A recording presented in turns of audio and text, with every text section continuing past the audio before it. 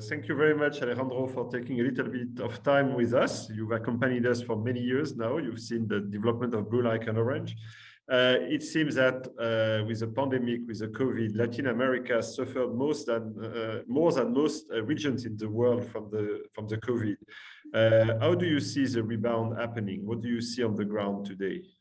Well, you're starting to see a rebound in certain parts of Latin America, but I would say that the rebound is quite slow, in part because vaccination rates are still quite low. Colombia's at about 6%. Other countries in the Andean region are not even at 3% yet.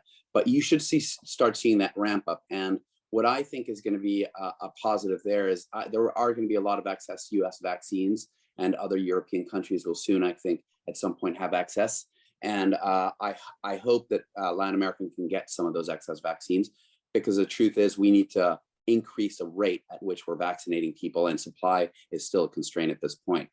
The other issue with the recovery is that one of the reasons why Latin America was hit so hard is because of the huge amount of informality that exists in those economies. And that informality leads to a very difficult situation when governments try to support the informal sector, because it's very hard to get to them. I think Colombia especially has done a very decent job there over COVID. We're in a different situation right now for other political reasons, which I'll get to later. But I think that the truth is I'm seeing a rebound that will start to happen more in 2022 than 2021. Because of the vaccination issues and because of that lag on informality. Latin America is been thrown back because of COVID, but I think there's a lot of growth potential, and you're starting to see that come through. The digitalization of the economies has been a huge bonus, and there's a lot of positive things that are happening because of the transformation that COVID has sped up, if you see what I mean. But that's really where I see it at this point in time. Yeah, digitalization has been a big theme for Blue Like an Orange. You're also an investor. So what are the sectors you see as more prone to rebound faster and better than others? Well, I think it depends where, but, tourism is one that could rebound quite quickly if they have the right strategy around vaccinating certain places that are strategic centers. Mexico has obviously the Yucatan in Colombia, places like Cartagena. Peru also has some major attractions around Machu Picchu and others. I think if we can vaccinate certain parts of the country with a focus on other countries with a focus on tourism, that will be something that will enable it to come back quite quickly. Consumption has been quite strong in most of the region, to tell you the truth. So consumer goods companies, the ones I'm involved in, have done quite well.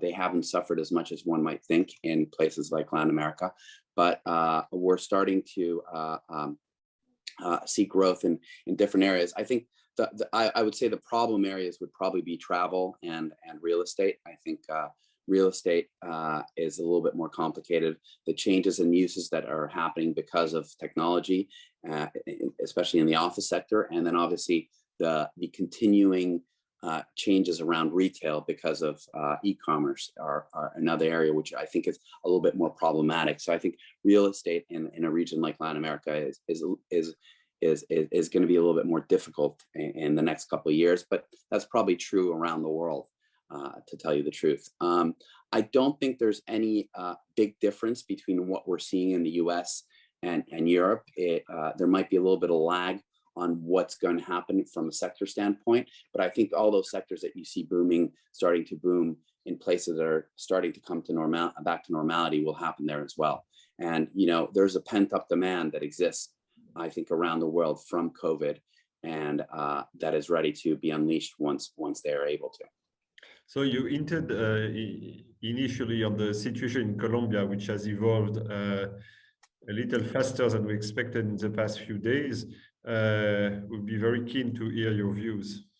Well, absolutely. Just to give a little bit of background, these the general strikes and revolts that are happening in the country are were initiated because of a tax reform that the government pushed, which was a very regressive tax reform focused on increasing VAT on the most basic goods within VAT. It's a very effective way of raising funds, but it